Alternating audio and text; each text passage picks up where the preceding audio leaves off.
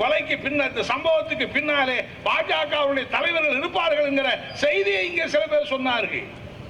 அதனுடைய வாரிசாகத்தான் அந்த காடேஸ்வரர் சுப்பிரமணியன் ஒரு குண்டர் படை தலைவன். அவன் என்னடான்னா அறிக்கை விடுறான்னா, அவன் இருக்கிறது திருப்பூர்ல. நல்லது, என்ன நடந்ததுன்னு தெரியுமா?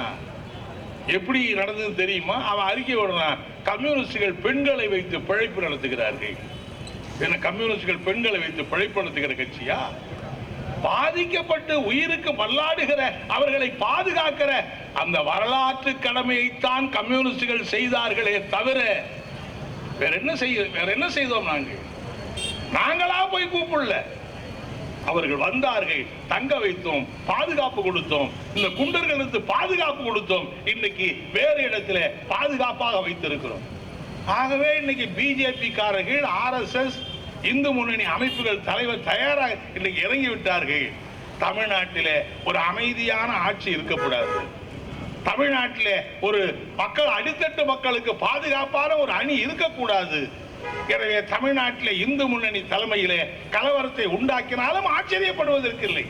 நான் காடேஸ்வரர் சுப்பிரமணியம் கொண்டிருக்கிற அந்த சமூக விரோதிகள் கூட்டத்துக்கு நான் சொல்லுகிறேன், அமைதியாக இருக்கிற தமிழகத்திலே நீங்கள் ஏதாவது கிளர்ச்சிகள், வன்முறையை தூண்ட நினைத்தினால் அதனுடைய எதிர் விளைவுகளுக்கு நீங்கள் சமாளிக்க முடியாமல் ஓட வேண்டிய நிலைமை ஏற்படும் என்றுதான் நான் சொல்லி, ஏற்கனவே தேர்தலில் நீங்க ஓடி போயிட்டீங்க. தேர்தலில் நீங்க இருக்கிற இடம் தெரியாம போயிட்டீங்க. பாஜக அண்ணாமலை இனிமே ஆட்டமே போட முடியாது. இந்தியா மாறிக்கொண்டிருக்கிறது. அதைத்தான் அருமை தோழர் கன்னியரசு சொன்னார். இந்தியா மாறிக்கொண்டிருக்கிறது. பைசாபாத் என்கிற அந்த தொகுதியிலே அயோத்தி அமைந்திருக்கிற ராமர் கோயில் கட்டப்பட்டிருக்கிற ராமர் கோயிலை கட்டி இந்த நாட்டிலே ராமருடைய வாரிசுகள் என்று சொல்லி ஓட்டு கேட்ட மோடியுடைய முகத்திரையை கிழிக்கிற மாதிரி அந்த தொகுதியிலே 80 வயது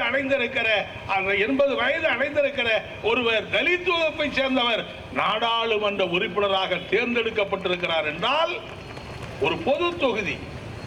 அதிலே உத்தரப்பிரதேச மாநிலத்திலே ஆவாஸ் பிரசாத் என்கிற அவர் தேர்ந்தெடுக்கப்பட்டிருக்கிறார் என்று சொன்னார். இந்தியா கூட்டணியுடைய வலிமையை பாருங்கள். மிக பின்தங்கிய கலாச்சாரம், பண்பாடு இருக்கிற சாதிய அமைப்புகளுடைய கூடாரமாக இருக்கிற உத்தரப்பிரதேச மாநிலத்திலேயே இன்றைக்கு நிலைமை மாறிக்கொண்டிருக்கிறது. ஒரு பொது தொகுதியிலே தலித் வேட்பாளர், அதிலேயும் அயோத்தி கோயில் உள்ளடங்கி இருக்கிற, ராமர் கோயில் உள்ளடங்கி இருக்கிற அதிலே ஒரு தலித் வேட்பாளர் வெற்றி என்று சொன்னால் இது மோடியினுடைய முகத்திரை கிழிக்கப்பட்டிருக்கிறது இல்லையா? அண்ணாமலையும் காடேஸ்வரர் சுப்பிரமணியத்தினுடைய அடிநாதம் அருந்து போயிருக்கிறது இல்லையா?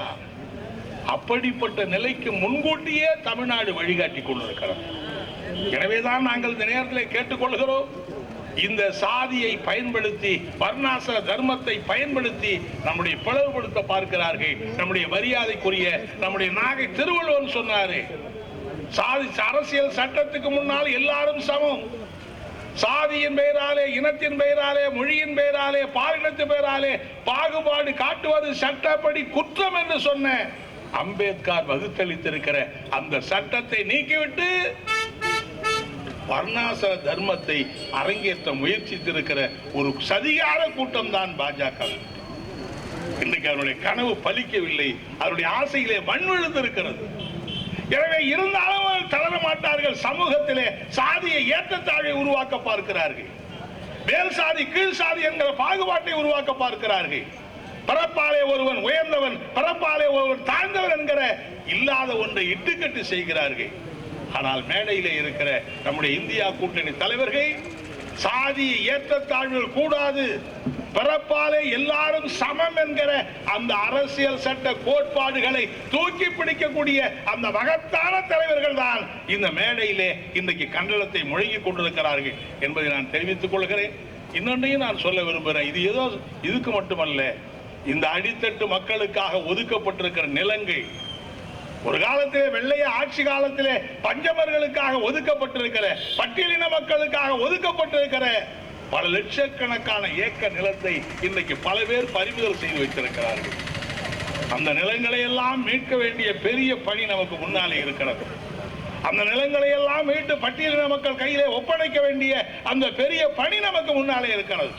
எல்லாவற்றை விட திருநெல்வேலியில் இன்றைக்கு இனிமேல் எதிர்காலத்திலே சாதியின் பெயராலே ஒரு படுகொலை நடந்தால் அது திருநெல்வேலியிலே இருக்கிற ஒவ்வொரு மனிதனுக்கும் ஏற்படுகிற அவமானம் என்கிற அந்த எண்ணம் ஏற்பட வேண்டும். சாதியின் பெயராலே ஒரு அடக்குமுறை நடந்தால் அது திருநெல்வேலி மாவட்டத்தில் இருக்கிற மனிதநேய உள்ளம் படைத்த அனைவர்களுக்கும் விழப்படுகிற ஒரு சவால் என்கிற எண்ணம் ஏற்பட வேண்டும். நிச்சயமாக இந்த பணியை நாங்கள் இதோடு விடப்போவதில்லை. ஒரு வகையில பார்த்தா இந்த தேன்கூட்டுல கைய வச்ச மாதிரி இப்ப அவங்க கைய வச்சிருக்கிறாங்க. அதுதான் நடந்து கொண்டிருக்கிறது. நிச்சயமாக இதோடு முடிய போவதில்லை. திருநெல்வேலி மாவட்டத்திலே வீடு வீடாக, கிராமம் கிராமமாக எல்லாரும் மேடையிலே இருக்கிற நாங்கள் இணைந்து இந்த சாதிய சக்திகளை, இந்த சாதிய அமைப்புகளை, சமூக விரோத சக்திகளை, இந்த கூலிப்படை கலாச்சாரத்துக்கு முடிவு கட்டுகிற அந்த மகத்தான பணியை மேற்கொள்வதன் மூலமாகத்தான் எதிர்காலத்தில் இப்படிப்பட்டவர்கள் இந்த மண்ணிலே நடமாட முடியாது, இப்படிப்பட்டவர்கள் இதற்கு மாவட்டத்தில் இடமில்லை என்று சொல்லுகிற உண்மையிலேயே வாவைசியினுடைய மாவட்டம் இந்த மாவட்டம் என்கிற முறையில் மக்கள் கவிஞர் நம்முடைய பாரதியாருடைய விடுதலை போராட்ட கவிஞர் பாரதியாருடைய அந்த வாரிசு, அந்த மண் இந்த மண் என்கிற அடிப்படையிலே இதை மாற்ற வேண்டிய மகத்தான கடமை நாம் ஆற்ற வேண்டியிருக்கிறது. தமிழக அரசு இதற்கெல்லாம் நீங்கள் நடவடிக்கை எடுக்க வேண்டும். ஆணவ தடுப்பு சட்டத்தை நடவடிக்கை எடுக்க வேண்டும். காவல்துறைக்கு ஒழுங்கா பயிற்சி கொடுங்க. இப்படியான சம்பவம் நடந்தா உடனடியா சட்டப்படி நடவடிக்கை எடுக்கிற கடமையை காவல்துறை செய்ய வையுங்கள். இல்லை என்றால் காவலர்கள் செய்கிற குற்றத்துக்கெல்லாம் பாவம் நம்முடைய முதலமைச்சர் பொறுப்பேற்க வேண்டிய கட்டாயம் தான் ஏற்படுகிறது. எங்கேயோ நடக்கிற தவறுகளுக்கு இந்த ஆட்சி கலங்கப்படுகிற அப்படிப்பட்ட நிலைமைக்கு நீங்கள் இடமளித்து விடக் கூடாது. எனவே நாளை நடைபெறுகிற எதிர்காலத்திலே நாம் நடத்தவிருக்கிற அந்த மகத்தான மக்கள் இயக்கத்துக்கு பல்லாயிரக்கணக்கான மக்கள் ஆதரவளிக்க வேண்டும். அலுவலகத்தை தாக்குவதை நாம் அனுமதித்து விட்டால் நாளைக்கு ஒரு வியாபார கடையை தாக்குவார்கள், ஒரு தொழில் நிறுவனத்தை தாக்குவார்கள், ஒரு கடைத்தறையிலே ரொம்ப தரவுடித்தனம் பண்ணுவார்கள். யாருடைய வீட்டுக்கும் பாதுகாப்பு இருக்காது. இப்படிப்பட்ட சமூக விரோதிகள் நடமாட்டம் அதிகமானால் ஒவ்வொரு மனிதனுடைய அடிப்படை உரிமை பாதிக்கப்படும். ஒவ்வொருடைய பெண்ணுடைய அடிப்படை உரிமை பாதிக்கப்படும். தொழில் நடக்காது, வியாபாரம் பாதிக்கப்படுகிற அப்படிப்பட்ட நிலைமைக்கு ஆட்டை கடித்து மாட்டை கடிப்பதை போல அவர்கள் கடிக்கிற நிலைமை என்பது உருவாகும்.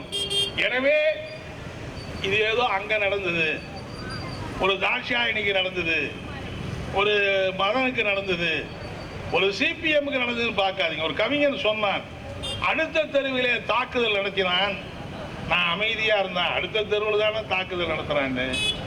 தெருமுனையிலே தாக்குதல் நடத்தினான், பரவாயில்ல, தெருமுனை தானே தாக்குதல் நடத்தினான், நமக்கு என்ன இருக்குன்னு. எதிர்த்த வீட்டுல தாக்குதல் நடத்தினான், பரவாயில்லப்பா, நம்ம வீட்டை தாக்கல, எதிர்த்த வீட்டுல தான் தாக்குதல் நடத்தினான்னு. பக்கத்து வீட்டுல நடத்தினான், அப்ப கூட நான் அமைதியா இருந்தேன். கடைசியில என் வீட்டை தாக்க வந்தான், திரும்பி பார்த்தேன், எவனுமே எனக்கு பக்கத்தில் நிக்கல.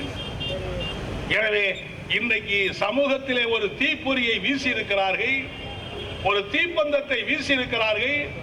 இந்த தீப்பந்தத்திலே ஒட்டுமொத்தமான மனித நேயம், மனிதனுடைய அமைதி, வாழ்வு அழிந்து போகிற அப்படிப்பட்ட தீக்கு முடிவு கட்ட வேண்டும் என்று சொன்னால் இந்த மாவட்டத்தில் இருக்கிற எல்லா மக்களும் தீயணைப்பு படையாக மாற வேண்டிய ஒரு தேவை இருக்கிறது என்பதை இந்த நேரத்திலே சொல்லி, நிச்சயமாக மார்க்சிஸ்டுகள் இந்த மேடையிலே இருக்கிறவர்கள் நாங்கள் அதில் உறுதியாக இருப்போம்.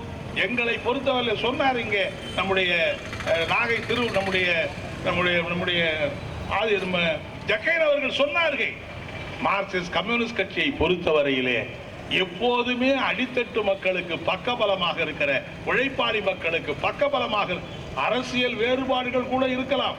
இங்கே வன்னியரசு இருக்கிறார். வரலாற்றிலே ஒரு சம்பவத்தை மட்டும் நான் சொல்லி முடிக்க விரும்புகிறேன்.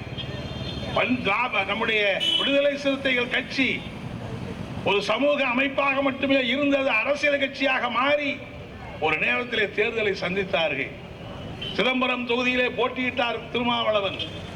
போட்டியிட்டு தேர்தலெல்லாம் முடிந்து விட்டது. முடிந்ததை ஒட்டி அங்கே பாட்டாளி மக்கள் கட்சி வன்முறையிலே ஈடுபட்டார்கள்.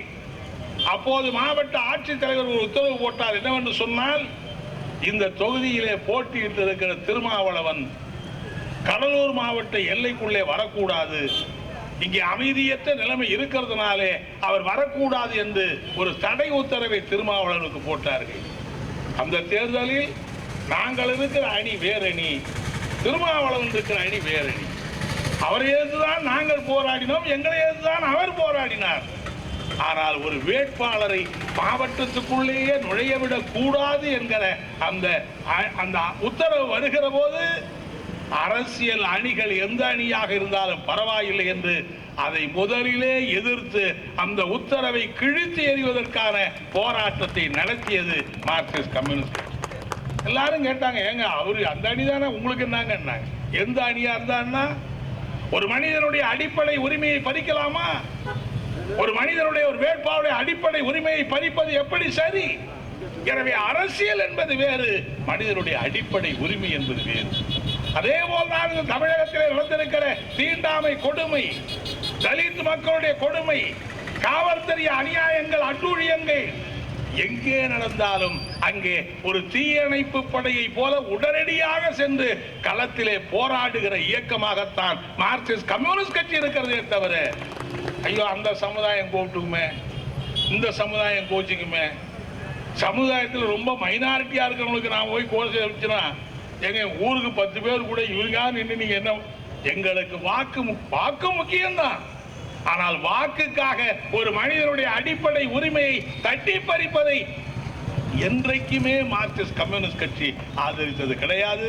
அந்த நல்ல எண்ணத்திலே தான் இன்னைக்கு மேடையிலே இருக்கிற இத்துணை தலைவர்கள் ஏதோ அவங்க அலுவலகம் தாக்கினா எப்படி பதறுகிறார்களோ, அவருடைய ஊழியர்கள் தாக்கினால் எப்படி பதறுகிறார்களோ, 92 வயது நிறைந்த வீரமணி அவர்கள் சென்னையிலே இருந்து பதறுகிறார் என்று சொன்னால் மார்க்சிஸ்ட் கம்யூனிஸ்ட் கட்சி எவ்வளவு மகத்தான பங்களிப்பை இந்த நாட்டிலே ஆற்றிக் கொண்டிருக்கிறது என்பதற்கு இதைவிட வேறு சான்றுகள் தேவையில்லை என்பதை இந்த நேரத்திலே சொல்லி, நிச்சயமாக எதிர்காலத்திலே நம்முடைய பயணத்தை தொடருவோம். நெல்லை மண்ணை சாதி வெறி சக்திகள் இல்லாத மண்ணாக மாற்றுகிற வ.உ.சி. பாரதியார் என்கிற அந்த பண்பாட்டு மண்ணாக மாற்றுகிற அந்த பணியிலே நம்மை ஈடுபடுத்திக் கொள்வோம் என்று இந்த நேரத்திலே சொல்லி என்னுடைய உரையை நிறைவு செய்கிறேன். நன்றி, வணக்கம்.